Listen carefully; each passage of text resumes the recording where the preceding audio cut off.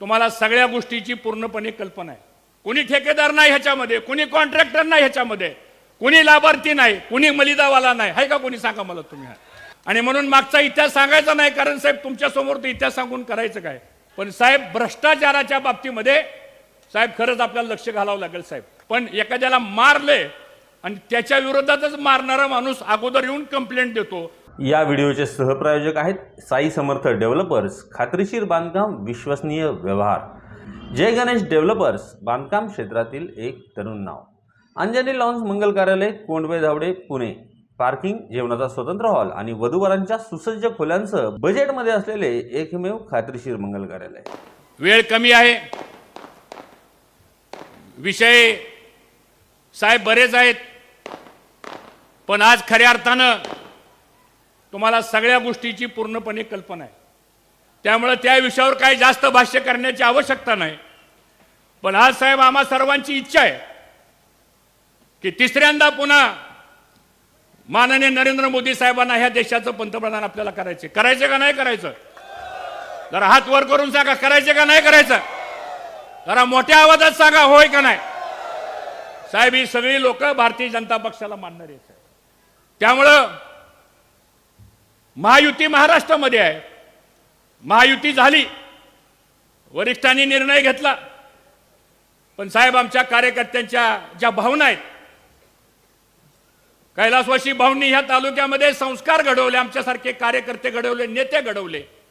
घोलप साहेब या तालुक्याचे आमदार होते साहेब, भाऊ 35-40 वर्षे आमदार, मंत्री, खासदार होते। पण एक चांगल्या प्रकारचे संस्कार असणारी साहेब ही सगळी समोरची कार्यकर्ते आहेत। साहेब ही परिस्थितीने गरीब आहेत, सामान्य माणसं आहेत साहेब। कोणी ठेकेदार नाही ह्याच्यामध्ये, कोणी कॉन्ट्रॅक्टर नाही ह्याच्यामध्ये, कोणी लाभार्थी नाही, कोणी मलिदावाला नाही, आहे का कोणी? सांगा मला तुम्ही। सगळी प्रामाणिक माणसं आहेत साहेब, पण स्वाभिमानी माणसं आहेत। आज साहेब या सगळ्या लोकांची अपेक्षा एवढीच आहे की महायुतीचा धर्म आम्ही पाळायचा, तर महायुतीचा धर्म आपल्या मित्र पक्षांनी सुद्धा पाळला पाहिजे, ही साधी माफक अपेक्षा आहे साहेब।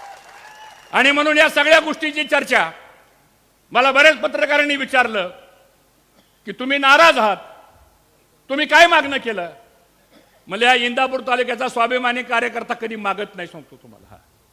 या इंदापूर तालुक्यातला स्वाभिमानी कार्यकर्ता हा कधी कुठली गोष्ट मिळण्याकरता म्हणून काम करत नाही, तर ह्या इंदापूर तालुक्यातला स्वाभिमानी कार्यकर्ता तत्वानं, निष्ठेनं, आणि एकदा ठरलं तर ठरलंच, नाही ठरलं तर नाही ठरलं, ही भूमिका घेऊन काम करणारा इंदापूर तालुक्यातला साहेब कार्यकर्ता आहे। आणि म्हणून मागचा इतिहास सांगायचा नाही, कारण साहेब तुमच्या समोर तो इतिहास सांगून करायचं काय? कारण तुम्ही 19ला आपण बरोबर आलो, त्याच्या मागे साहेब आम्हाला, आम्ही भोळी बाबडी माणसं आहे, फार त्रास झाला आम्हाला साहेब, मला झाला, ह्यांना झाला साहेब। इथं आलेल्या माणसांचे साहेब 4-4 पिढ्याचे आमचे संबंध आहेत। मी नावानिशी सांगेल साहेब, ज्याच्या पंजोबानं आम्हाला मतदान केलं त्याचा नातू सुद्धा आज आपल्याला मतदान करतोय। हे ऋणानुबंध आपण का निर्माण केलं? तर एक रक्ताची नाती साहेब आपली तयार झालेली आहेत। आणि म्हणून ह्या सगळ्यांचा संसार प्रपंच साहेब आपल्यावरती अवलंबून आहे, या सगळ्यांचा स्वाभिमान आपल्यावरती अवलंबून आहे, या सगळ्यांच्या अडचणी, सगळ्यांचे संकट तुमच्यावरती, आमच्यावरती अवलंबून आहेत।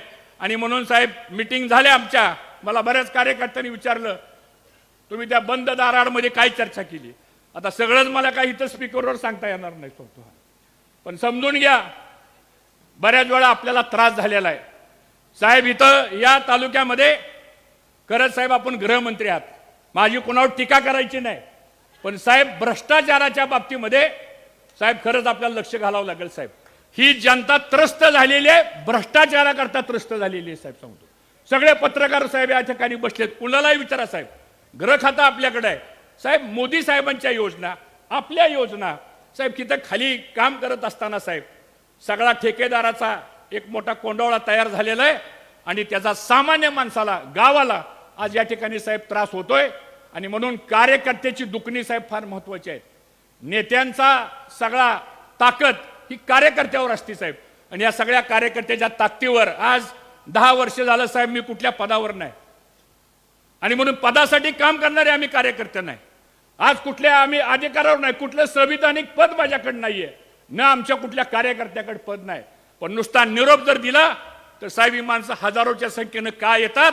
तर एकच आम्ही आयुष्यामध्ये निर्माण केलेला आहे, तो ह्या सामान्य माणसांचा विश्वास आपण संपादन केलेला आहे त्या विश्वासाला साहेब आपण फक्त खबरदारी घ्यावी, त्याला तडा जाणार नाही एवढी मी या सगळ्या जनतेच्या वतीनं साहेब मला आपल्याला विनंती करायची आहे. आणि म्हणून माझी एकच आपल्या सर्वांच्या वतीनं साहेबांना सांगणं आहे. आणि म्हणून साहेब चर्चा झाली, तुमची आणि माझी पण चर्चा झाली. तुम्ही मला म्हणाला, केंद्रीय नेतृत्व मला म्हणालं, तुम्ही काय काळजी करू नका, इंदापूरच्या संदर्भामध्ये आम्ही योग्य निर्णय घेऊ. ठीक आहे, तुम्ही आमचे नेते आहात, तुम्हाला पण काय अडचणी आहेत. आज आम्हाला सुद्धा कमीपणा वाटतो, तुमचा एवढा व्यस्त वेळ एका तालुक्याकरता आपण इतका वेळ दिला. त्या दिवशी साहेब तुम्ही सगळे कार्यकर्ते आमचे बोलवले, मुंबईला बोलवले. काय कार्यकर्ते नाराज झाले, आम्हाला का बोलवलं नाही? कारण मला माहित होतं सागर बंगल्यावर किती 100, 200, 300 माणसं बसू शकतील. आणि म्हणून वेळेअभावी, जागेअभावी आम्ही सगळ्यांना काही सांगू शकलो नाही. पण नंतर साहेबांनी सांगितलं, अजितदादा पवार, मी आणि देवेंद्र फडणवीस साहेब अशी आमची तिघाची बैठक झाली. 2-2.5 तास बैठक झाली. तुमच्या सगळ्याच्या मनामध्ये जे प्रश्न आहेत असे 5-50 प्रश्न मी त्यांच्यासमोर मांडले. त्या सगळ्या शंका मांडल्या, सगळे विषय मांडले. ते सगळे विषय साहेबांच्या कानावर गेलेत. त्याची पुन्हा पुनरावृत्ती करावी यासाठी आजची ही सभा नाही.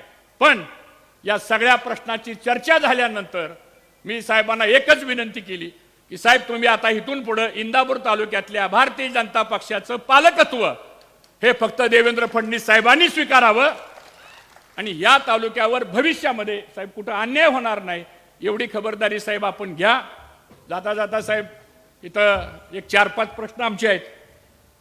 आणि या 4-5 प्रश्नामध्ये एकतर साहेब गावोगावच्या कार्यकर्त्यांच्या विकास कामाला साहेब निधी मिळत नाही. गावोगावच्या कार्यकर्त्यामध्ये 50% पेक्षा अधिक ग्रामपंचायती साहेब या भारतीय जनता पक्षाच्या आहेत.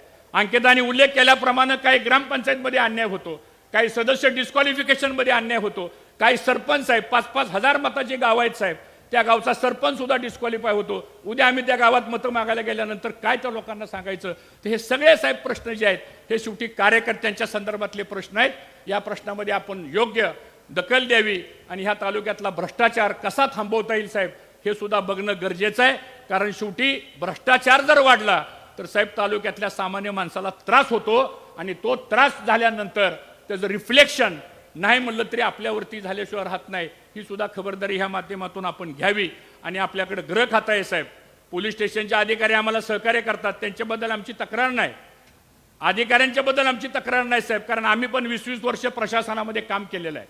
पण साहेब काय गोष्टीमध्ये दबाव आणला जातो आणि मग क्रॉस कंप्लेंट घ्या, खोट्या नाट्या केसेस दाखल करा. तर ह्या गोष्टी सुद्धा साहेब थांबल्या पाहिजे. योग्य असेल, कोणी अन्याय केला असेल जरूर त्याच्यावर तुम्ही कारवाई करा. पण एखाद्याला मारले आणि त्याच्या विरोधातच मारणारा माणूस अगोदर येऊन कंप्लेंट देतो आणि कोणाचा तरी फोन येणार असेल साहेब तर तेवढा फोन बंद करायचं काम करा. म्हणजे आमच्या लोकांना त्या ठिकाणी न्याय मिळाल्याशिवाय राहणार नाही. एवढीच या ठिकाणी ग्वाही देतो. आपण आलात, आपलं मनापासून स्वागत करतो.